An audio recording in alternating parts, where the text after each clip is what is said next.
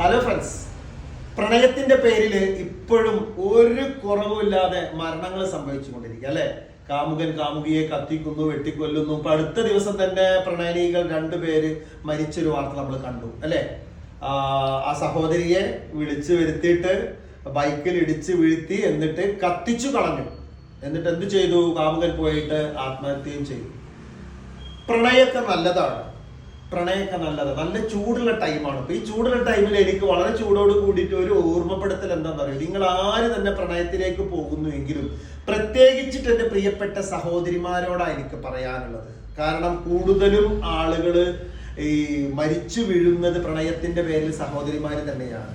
തിരിച്ചുണ്ട് കേട്ടോ, പലപ്പോഴും പല ആൺകുട്ടികളെയും പ്രണയത്തിന്റെ പേരിൽ തേച്ചൊട്ടിച്ചിട്ട് കൊല്ലുന്ന സ്ത്രീകളുണ്ട്. പോട്ടെ, എന്താണെങ്കിലും എനിക്ക് എന്റെ പ്രിയപ്പെട്ട സഹോദരിമാരോട് പറയാനുള്ളത്, നമ്മൾ പ്രണയത്തിലേക്ക് പോകുന്ന സമയത്ത് കുറച്ച് കാര്യങ്ങൾ ശ്രദ്ധിച്ചാൽ മതി.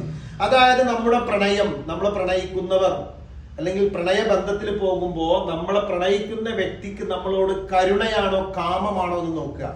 കരുണയാണോ കാമമാണോ എന്ന് നോക്കുക. പ്രണയത്തിന് രണ്ട് ഭാഗങ്ങളാണുള്ളത്. ഒന്നല്ലെങ്കിൽ കരുണയായിരിക്കും ഉണ്ടായിരിക്കും, അല്ലെങ്കിൽ കാമമായിരിക്കും.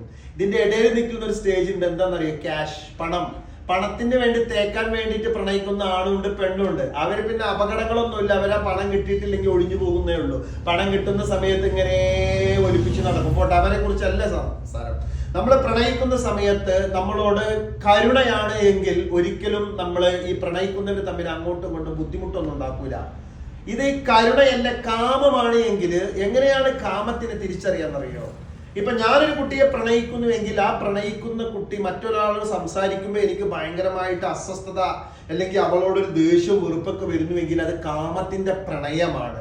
അതേപോലെ തന്നെ രാത്രി ഒരുപാട് സമയം ലൈറ്റായിട്ട് ഫോണിലൂടെ കുറുകാനുള്ള താല്പര്യം ആണിനും പെണ്ണിനും ഉണ്ട് എങ്കിൽ അത് രണ്ടും കരുണയല്ല, കാമമാണ് അവർക്കുള്ളിൽ നിൽക്കുന്നത്. കാമത്തിന്റെ പ്രണയം, ഞാൻ പ്രണയിക്കുന്നവളെ കിട്ടിയിട്ടില്ല എങ്കിൽ ലോകത്താരും അവളെ അനുഭവിക്കേണ്ടതില്ല എന്ന് വിചാരിച്ചിട്ടാണ് ഈ കൊല്ലുന്നത്. പ്രണയം കാമമാണ് എങ്കിൽ നിങ്ങൾ മനസ്സിലാക്കിക്കോളൂ, അവിടെ പിന്തിരിയുന്ന സമയത്ത് മരണം ഉറപ്പാണ്. അപ്പൊ അതുകൊണ്ട് നമ്മൾ എപ്പോഴും പ്രണയിക്കുന്ന സമയത്ത് ശ്രദ്ധിക്കുക. നമ്മൾ ഇങ്ങനെ രാത്രി ഫോൺ വിളിക്കാൻ വേണ്ടി വല്ലാതെ നിർബന്ധിക്കുന്നു. രണ്ടുപേർക്കും ബോധമില്ലാതെ രാത്രി ഉറക്കമൊഴിച്ച് ശരീരം നശിപ്പിച്ച് മനസ്സ് നശിപ്പിച്ച് സമ്പത്ത് നശിപ്പിച്ചിട്ടൊക്കെ ഈ ഫോണിന്റെ ഉള്ളിലാണ് ജീവിക്കുന്നതെങ്കിൽ അത് കാമത്തിന്റെ ഭാഗമാണ്. അതുപോലെ തന്നെ മാതാപിതാക്കളെ വഞ്ചിച്ചുകൊണ്ടാണ് പ്രണയിക്കുന്നത് എങ്കിൽ അത് കാമത്തിന്റെ ഭാഗമാണ്. ഉപ്പയെയും ഉമ്മയെയും അല്ലെങ്കിൽ അച്ഛനെ അമ്മനെയൊക്കെ പറ്റിച്ചിരിക്കും, അവരെ ആരും അറിയാതെ വായോ നമുക്ക് അങ്ങോട്ട് പോവാം ഇങ്ങോട്ട് പോവാം എന്ന് പറഞ്ഞിട്ട് നമ്മളെ വിളിക്കുന്നുവെങ്കിൽ അത് കാമത്തിന്റെ ഭാഗമാണ്.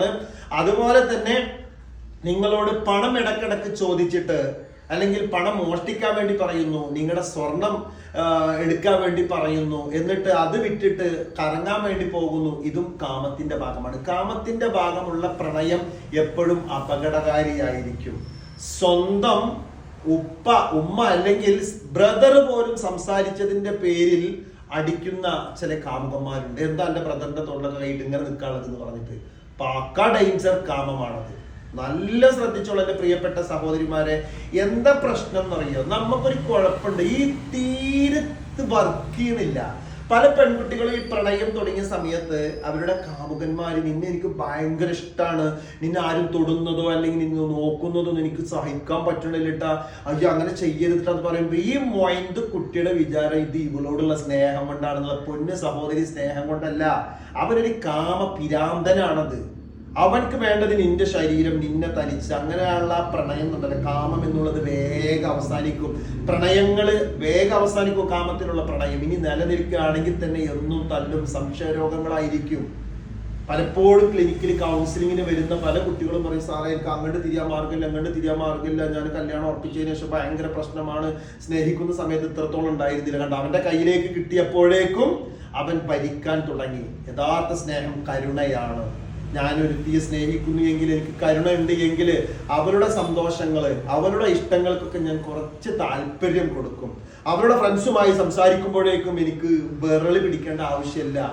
അവരുടെ കൂട്ടുകാരികൾക്ക് മെസ്സേജ് അയക്കും, അതുപോലും സ്വന്തം കൂട്ടുകാരികൾക്ക് പോലും മെസ്സേജ് അയക്കണ്ട, ഈ ആരോടും എനിക്ക് ഞാനുണ്ട് എന്ന് പറഞ്ഞിട്ട്. എന്നിട്ട് ഇതൊക്കെ പ്രശ്നമായതിനു ശേഷമാണ് പല കുട്ടികളും വന്ന് പറയാം, എൻ്റെ കൂട്ടുകാരിയെ പോലും അവൻ ബ്ലോക്ക് ചെയ്യിപ്പിച്ചു.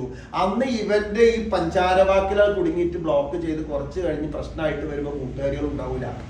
അപ്പൊ എനിക്ക് വീണ്ടും പറയാനുള്ളത്, അടുത്ത ദിവസങ്ങളിൽ ഒരുപാട് പ്രശ്നങ്ങൾ ഉണ്ടായിട്ടുണ്ട്. പ്രണയം ഒരിക്കലും കാമമാവരുത്. നിങ്ങളുടെ പ്രണയങ്ങൾ കാരുണ്യമുള്ളതാണ് എങ്കിൽ, ഞാൻ എത്ര തന്നെ പിറകെ നടന്ന് അല്ലെങ്കിൽ ഒരുപാട് ഇഷ്ടപ്പെട്ട എൻ്റെ പെൺ സുഹൃത്തിനെ എനിക്ക് ജീവിതത്തിലേക്ക് ചേർത്ത് പിടിക്കാൻ കഴിഞ്ഞിട്ടില്ല എങ്കിൽ എനിക്കൊരിക്കലും അവളോട് ദേഷ്യം ഉണ്ടാവില്ല, പക ഉണ്ടാവില്ല. നേരെ മറിച്ചിട്ട് എനിക്ക് കിട്ടിയിട്ടില്ല എങ്കിലും നീ ഈ ഭൂമിയുടെ ഏതെങ്കിലും ഒരു കോണില് സുഖമായിട്ട് ജീവിച്ചിരിക്കുന്നുണ്ടെന്ന് അറിഞ്ഞാൽ മതി എന്നുള്ളതാണ് കരുണയുടെ മനസ്സിലുണ്ടാവുക. അവളെ ശല്യം ചെയ്യുവാനോ അല്ലെങ്കിൽ അവിടെ ഫോട്ടോസ് നമ്മുടെ കയ്യിലുണ്ടെങ്കിൽ അത് അയച്ചു കൊടുത്തിട്ട് അവിടെ ചാരിത്രത്തിന് ചോദ്യം ചെയ്യുവാനോ മറ്റുള്ളവരുടെ മുന്നിൽ വഷളാക്കാനോ ഒന്നും നിൽക്കൂല. അപ്പൊ എൻ്റെ പ്രിയപ്പെട്ട സഹോദരിമാരെ, ഈ ഒരു മൊബൈൽ ഫോണിന്റെ ഉള്ളിൽ ഒതുങ്ങിക്കൂടിയിട്ട് നിങ്ങളെ പുകഴ്ത്തിയിട്ട് അവന്റെ ലോകം നിങ്ങൾ മാത്രമാണെന്നൊക്കെ മനസ്സിൽ വിചാരിച്ച് നടന്നിട്ട് അവനക്ക് ഈ കാമം എന്നുള്ളത് വേഗം വെറുപ്പ് വരും, അറപ്പും വരും. കാരുണ്യത്തോടു കൂടിയുള്ള പ്രണയമാണ് നമ്മുടെ മനസ്സുകൊണ്ടും ശരീരം കൊണ്ടും ഏത് രോഗങ്ങളുണ്ടെങ്കിലും സ്നേഹിക്കാൻ കഴിയുക. കാമമുള്ളവർക്ക് പലതും നമ്മളിൽ നഷ്ടപ്പെടുമ്പോൾ, ഒരു ആക്സിഡന്റ് സംഭവിച്ച് മുഖത്തൊരു മുറിവ് പറ്റിയാൽ പോലും അവന്റെ ശൈലി മാറും. അപ്പോ നിങ്ങൾ ഈ പ്രണയിക്കുന്ന സമയത്ത് ഇതൊക്കെ ഒന്ന് ശ്രദ്ധിക്കുക. കുറച്ച് കാര്യങ്ങളെ പറഞ്ഞിട്ടുള്ളൂ. ഇനിയും ഇതിന്റെ തിരിച്ചറിവുകൾ നമ്മൾ പഠിക്കേണ്ടതുണ്ട്. സ്വയം നമ്മുടെ ജീവിതത്തിൽ ഒരു പെണ്ണല്ല ലോകം, ഒരാണല്ല ലോകം, നമുക്ക് നമ്മളാണ് ലോകം. നമുക്ക് നമ്മളാണ് ലോകം. നമ്മുടെ സന്തോഷവും സമാധാനവും റെസ്റ്റും ഉറക്കവും ഒക്കെ ഒഴിവാക്കിയിട്ട് ഞാനൊരു പെണ്ണിന്റെ പിറകെ നടക്കുന്നുവെങ്കിൽ ഞാൻ ലോകം കണ്ട വിഡ്ഢിയാണ്. അതുപോലെ തന്നെ ഒരു പുരുഷന് വേണ്ടിയിട്ട് സ്വന്തം ജീവിതം അച്ഛനും അമ്മയ്ക്കും ഒഴിവാക്കിയിട്ട് അതുപോലെ തന്നെ കെട്ടിത്തൂങ്ങാനും നടക്കുന്നുവെങ്കിൽ പെണ്ണെ, നീ ഭൂമിക്ക് ഭാരമാണ്.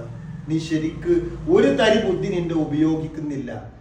പ്രണയത്തിന്റെ ഇടയിൽ ചതികൾ അല്ലെങ്കിൽ മോശത്തരങ്ങൾ തിരിച്ചറിഞ്ഞാൽ ഉടനെ രക്ഷപ്പെട്ടേക്ക്. അല്ലാതെ അവൻ ഇട്ടുപോയി ഞാൻ കേസ് കൊടുത്തിട്ട് അവനെ എന്നെ കൊണ്ട് കല്യാണം ഞാൻ കഴിപ്പിക്കും, അയ്യന്നെ കെട്ടേണ്ടി വരും, ഇജിന്നെ നശിപ്പിച്ചിങ്ങനെ വെറുതെ നശിച്ചതല്ല, നശിപ്പിക്കാൻ കൊടുത്തിട്ടല്ലേ. അവൻ ഫ്രോഡാന്നറിഞ്ഞ ആ നശിച്ചോടത്ത് വെച്ച് നിൽക്കുക. ഇനി കൂടുതൽ അവനെ കണ്ട് കല്യാണം കഴിച്ചിട്ടുള്ളതൊക്കെ നശിച്ചിട്ട് അവസാനം ഈ ഭൂമി മൊത്തം നശിപ്പിക്കല്ലേ. പ്ലീസ്, പ്രണയം പവിത്രമാവട്ടെ, അത് കാരുണ്യമുള്ളതാവട്ടെ, ഒരിക്കലും കാമമായി പോകരുത്. കാരുണ്യത്തിൽ ഉണ്ടാകുന്ന കാമം അത് യഥാർത്ഥ ദാമ്പത്യമാണ്, യഥാർത്ഥ സുഖങ്ങളാണ്. ആ സുഖങ്ങളിലേക്കാണ് നമ്മുടെ ജീവിതം മുന്നോട്ട് പോകേണ്ടത്. Okay, please.